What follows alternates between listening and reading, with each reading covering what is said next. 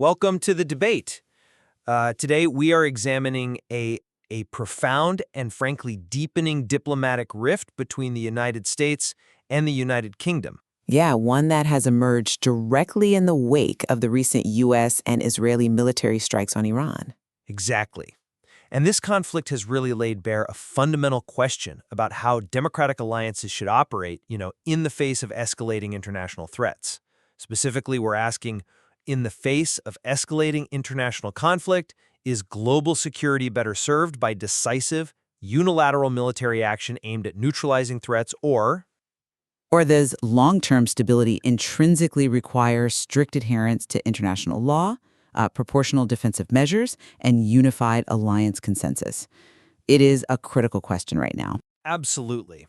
And this discussion emerges directly from recent Associated Press reporting detailing the increasingly strained relationship between U.S. President Donald Trump and British Prime Minister Keir Starmer. To put our positions on the table simply, in a single sentence, I will argue that unilateral, decisive military action is justified and entirely necessary to neutralize immediate state-sponsored threats and secure allied interests. Right. And I will argue that circumventing international law and acting without a viable, thought-through consensus fractures the NATO alliance and fundamentally destabilizes global security. That perfectly captures the divide. So let's jump right into the opening positions. From my perspective, when we are dealing with these high-stakes scenarios involving state sponsors of terrorism, the efficacy of a military response relies entirely on decisive action rather than, waiting to build a bureaucratic consensus. We have to look at the facts on the ground. The U.S.-Israeli strikes on Iran, which included the targeted killing of Iran's supreme leader, were aimed at dismantling a very real, immediate offensive capability. And crucially, this aggressive posture has been unreservedly approved by NATO Secretary General Mark Rutte. He explicitly called this war crucial for Europe's security. When the head of NATO validates the strategic necessity of these strikes, I think it underscores that bypassing slower, more hesitant allies is sometimes just a structural requirement of modern defense. Hesitation, frankly, invites aggression. When Prime Minister Starmer initially refused to allow U.S. planes to freely use British bases for these attacks, it sent a dangerous signal of disunity.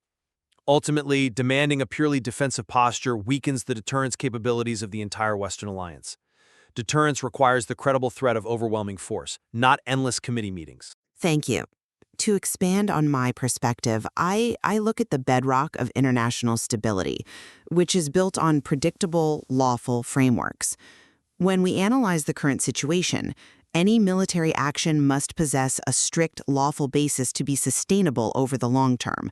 Prime Minister Starmer has rightly rejected the concept of regime change from the skies, because when nations engage in unilateral offenses lacking a clear legal mandate or broad allied consensus, they invite incredibly dangerous and unpredictable retaliation. But just let me finish this thought. We are already seeing the immediate consequences of this unilateral approach, specifically the recent strike by an Iran-made drone on the British military base at Akrotiri in Cyprus. This isn't theoretical. The retaliation is tangible, and it is hitting allies who didn't even authorize the initial strike. Therefore, proportional, alternative, defensive measures are the only truly sustainable path. For instance, the UK deploying the Royal Navy destroyer HMS Dragon and counter-drone helicopters, that represents a calculated defensive posture. It protects assets without turning the entire region into a powder keg. This approach is essential not just for minimizing escalation, but for maintaining the moral high ground and ensuring long-term alliance cohesion. Let's pick up right there on this idea of alliance cohesion and the effectiveness of how we respond militarily, because I think there is a fundamental disagreement between us on what makes a joint military response actually effective. I would agree. I think you're prioritizing speed over strategy. I see why you think that, but let me give you a different perspective. The traditional model of waiting for every single allied nation to sign off on a target list, it often leads to operational paralysis. President Trump's approach, which is decidedly more transactional and America first, effectively bypasses that paralysis. It allows for the immediate neutralization of a threat. And we shouldn't confuse a lack of universal, unanimous agreement with a lack of a coalition. Well, Trump himself has explicitly noted his strong relationships with other European nations during this crisis. He recently stated, France has been great. They've all been great, while pointing out that the UK has been the outlier. This suggests that decisive leadership doesn't necessarily destroy alliances. Rather, it bypasses an uncooperative partner and still maintains a highly capable coalition of the willing. But let's look at what those nations are actually doing, not just what is being said in a press gaggle. You're describing a fractured front, not a coalition of the willing. When you act unilaterally on an offensive of this magnitude, you inevitably dilute the effectiveness of what should be a truly joint military response. Think of the alliance like a marriage. You can bypass your partner to make a major, risky financial decision because you think it's faster and gets results, but you're burning down the foundation of trust in the process. But in this analogy, the house is actively on fire. Even if we accept that premise, look at the operational friction this unilateralism caused. Let's examine the reality of Starmer's restrictions. Because of the unilateral nature of the U.S. plan, Starmer felt compelled to restrict the U.S. to using bases in England and the remote territory of Diego Garcia strictly for hitting ballistic missiles and storage sites. He explicitly barred the U.S. from using British infrastructure to hit other targets, which, logistically, forces the U.S. to drastically alter its flight paths and refueling strategies. Diego Garcia is incredibly strategic for bomber deployment in the Middle East. Exactly. That is a massive operational friction point between two of the closest military allies in history. It makes the military operation harder, not easier. Furthermore, look at the diplomatic scramble that followed. The UK, France, and Germany had to issue a completely separate joint statement. And what did that statement focus on? It explicitly stated they were not involved in the strikes and focused solely on enabling proportionate defensive action to destroy Iran's capability to fire missiles and drones. When your closest allies have to issue separate diplomatic statements actively distancing themselves from the offensive nature of your operation, you have not built a coalition. You fractured the unified front. And that fracturing emboldens adversaries who recognize that the West is fundamentally divided on its strategic objectives. I would argue that the adversary is far more concerned with the physical destruction of their ballistic missile storage sites than they are with the specific diplomatic wording of a joint statement from London, Paris, and Berlin. The operational friction you mentioned, restricting the use of Diego Garcia to specific target sets, is certainly a diplomatic headache. I don't deny that. But the mission was still executed, the capability was still degraded. The U.S. demonstrated that it has the logistical and military capacity to project power and defend its interests, even when its closest historical ally adopts a highly conditional legalistic posture. It forces a recalibration, certainly, but it proves that unilateral action is highly effective at achieving the primary objective, which is neutralizing the immediate threat. A cohesive statement means nothing if the enemy's missiles are still on the launch pad. I come at it from a different way. Because we have to look beyond the immediate tactical degradation of a specific missile site and consider the impact on NATO's long-term defensive commitments.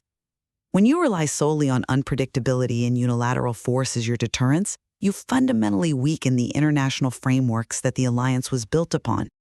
Peter Ricketts, the former head of the UK Foreign Office, articulated this perfectly when he observed that the Americans under Trump have effectively given up on any effort to be consistent with international law. That is a devastating critique from a top diplomat of our closest ally. But is consistency with international law the primary goal of a military alliance, or is the defense of its members the primary goal? They are inextricably linked. Take Article 5 of the NATO Treaty, the foundational promise that an attack on one is an attack on all. That entire mechanism relies entirely on mutual trust and a shared understanding of international law. When you disregard those laws, you chip away at the very trust that underpins Article 5. And it's not just the UK expressing this concern. Look at Spain. Prime Minister Pedro Sánchez publicly condemned the strikes as unjustifiable and dangerous. These aren't minor disagreements over flight paths. These are deep ideological cracks within NATO. We are seeing a profound divergence in how democratic nations believe global threats should be handled. I hear you, but let's pause and look at what NATO actually is. It's crucial to remember that NATO is primarily a military security apparatus. If the NATO Secretary General Mark Rutte unreservedly approves of these strikes and explicitly calls the operation crucial for Europe's security, then the core defensive commitment of the alliance remains entirely intact. Root recognizes that dismantling Iran's offensive capabilities directly protects European airspace and interests. The ideological cracks you mentioned, like those from Pedro Sanchez or Keir Starmer, are actually symptoms of a reluctance among some European leaders to confront hard security realities. They prefer the comfort of treaties over the messy reality of enforcement. It's not about the comfort of treaties. It's about establishing a framework that the rest of the world can rely on. This unpredictability doesn't just damage NATO, it bleeds over into non-NATO security guarantees as well. How so? Take Trump's erratic stance on the Chagos Islands handover to Mauritius. This is a perfect example of the broader fallout. The previous U.S. administration, alongside the UK, backed the diplomatic deal to hand sovereignty of the islands to Mauritius while maintaining the military base at Diego Garcia. But Trump recently reversed course and condemned the deal entirely. If a non-NATO nation is looking to the United States for security guarantees or diplomatic consistency, this kind of volatile, unpredictable diplomacy makes American commitments look highly unreliable. If Washington won't honor a meticulously negotiated diplomatic agreement with an allied partner, why would any non-NATO country trust U.S. security guarantees? I would push back and say that reversing a diplomatic agreement that compromises a highly strategic military asset like Diego Garcia is exactly the kind of clear-eyed security prioritization that makes allies ultimately safer. It's prioritizing hard power over diplomatic niceties. And frankly, I would argue that it is Prime Minister Starmer's deeply legalistic hesitance that is actively straining the transatlantic relationship, not U.S. assertiveness. Remember, Starmer's government recently rolled out the red carpet to woo Trump, offering a state visit with King Charles III. He wants the benefits of the special relationship. He publicly praises Trump's efforts to broker peace in Ukraine, but when the moment requires actual military resolve, he retreats into legalistic constraints. That hesitancy is far more dangerous to long-term alliance trust than taking decisive action to neutralize a mutual adversary. But that legalistic hesitance, as you call it, is the very fabric of the rules-based international order. For a mid-sized power like the UK, international law isn't a diplomatic nicety. It is their primary shield against the whims of superpowers. When we talk about alternative diplomatic or economic measures, we aren't talking about weakness. We are talking about sustainable strategy. And we also have to look at the domestic reality for these leaders. I'm sorry, but I just don't buy that. Let me tell you why. A leader cannot entirely ignore domestic consensus when committing to acts of war. Polling clearly shows that the British public is highly skeptical of the U.S. justification for this war. In a democratic alliance, joint offensive military ventures are politically non-viable if you do not have the support of your populace. True, but you still have to govern within its reality. Starmer's alternative approach, focusing strictly on diplomacy, deploying the HMS Dragon, and engaging in defensive operations rather than offensive strikes, is a necessary reality of democratic leadership. The HMS Dragon is a Type 45 destroyer. Its primary role is advanced air defense. By deploying it alongside counter-drone helicopters, Starmer is balancing the need to protect British interest with the mandate of his people, who do not want to be dragged into a wider, unpredictable regional conflict without a viable, thought-through plan. You simply cannot sustain a long-term military engagement if the domestic foundation collapses. That's an interesting point, though I would frame it differently. When it comes to the role of domestic support in a crisis, domestic support is rarely monolithic, especially in the early chaotic days of a complex military engagement. It is often the responsibility of a leader to shape domestic support through definitive, successful action, rather than simply following skeptical polling data. We see President Trump aggressively pushing back on criticism of his Iran battle plan, actively communicating his strategy and making the case directly to the public through his own channels. He is using decisive action to build the narrative. But is that narrative actually unifying his allies or his public? Well, even within the UK, Starmer's cautious stance is not universally praised. Politicians to the right of Starmer's Labour Party, including the Conservative leader Kemi Badenoch, have strongly backed the U.S. position. She explicitly stated that her party stands behind America taking this necessary action against state-sponsored terror. This demonstrates that there is a significant, viable political constituency in Britain that recognizes the necessity of offensive action.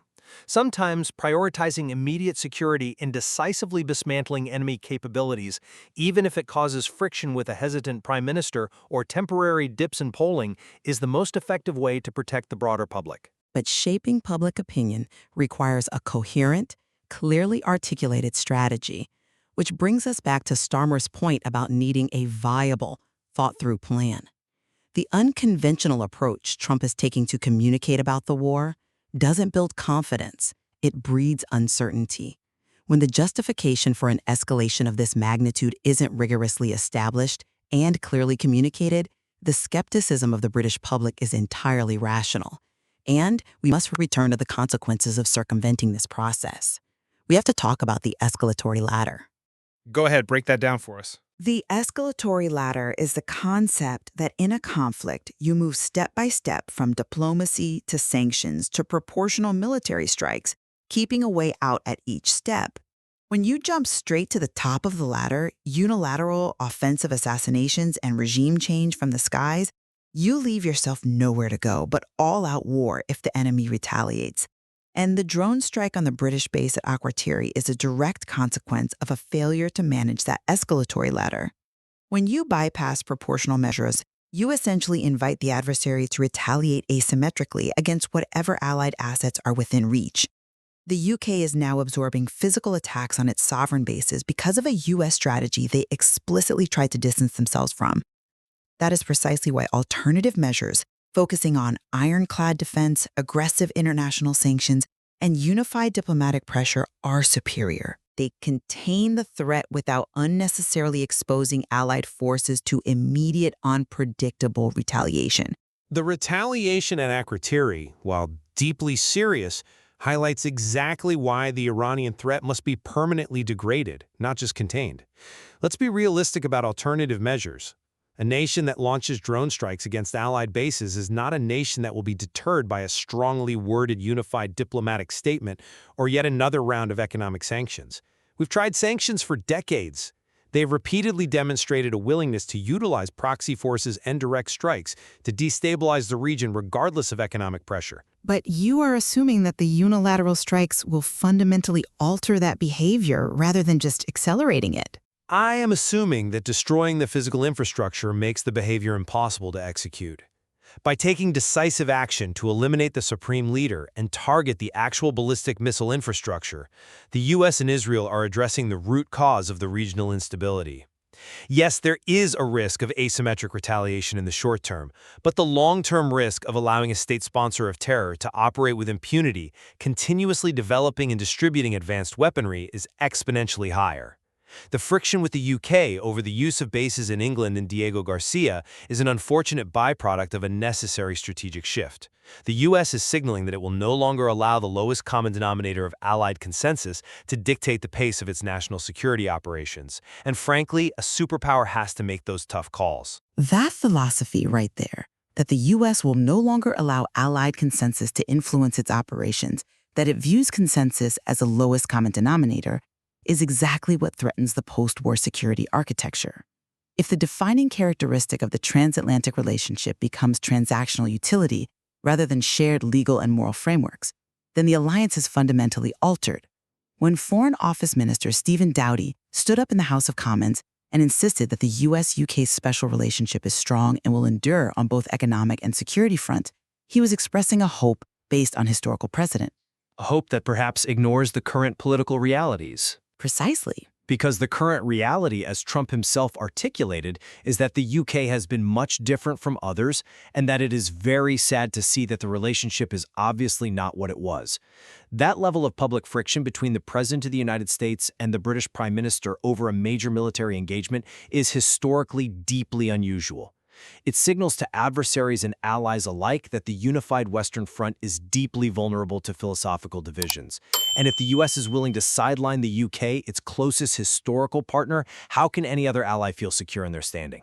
I actually don't see that public friction as a vulnerability at all. If anything, it's a wake-up call, a necessary recalibration of expectations. The special relationship has endured for decades because it is based on shared underlying interests. But it cannot be a suicide pact where one nation's reluctance vetoes another nation's vital security imperatives. The evolving global threat landscape requires flexibility. If dismantling state-sponsored terror requires decisive unilateral action, then that action must be taken.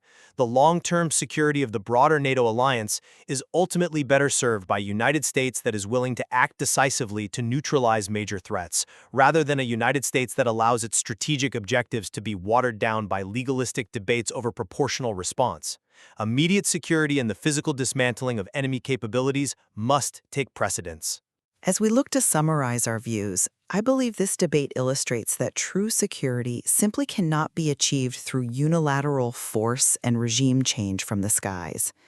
Disregarding international law and failing to establish a viable, thought-through, consensus-driven plan carries immense, unmanageable risks.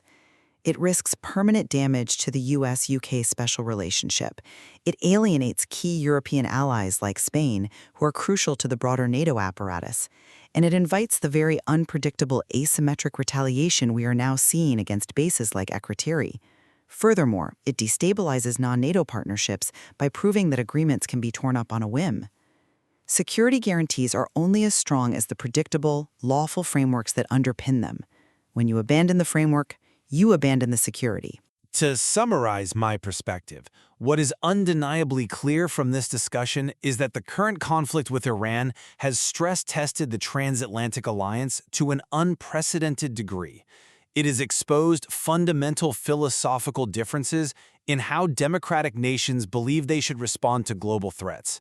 But the reality of modern warfare is that waiting for a perfect consensus often means waiting to be attacked.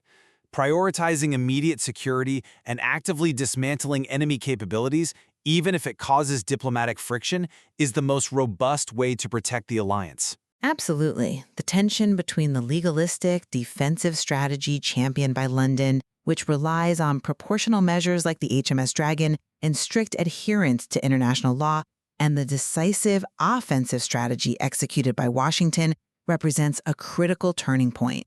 There is much more to explore in the ongoing reporting regarding the future of the NATO alliance, how these differing approaches will shape global security, and what this means for the future of international law and diplomacy. We will leave the debate there for today, leaving you, the listener, to form your own conclusions on how the United States and its allies should navigate these complex and highly consequential security challenges. Thank you for listening.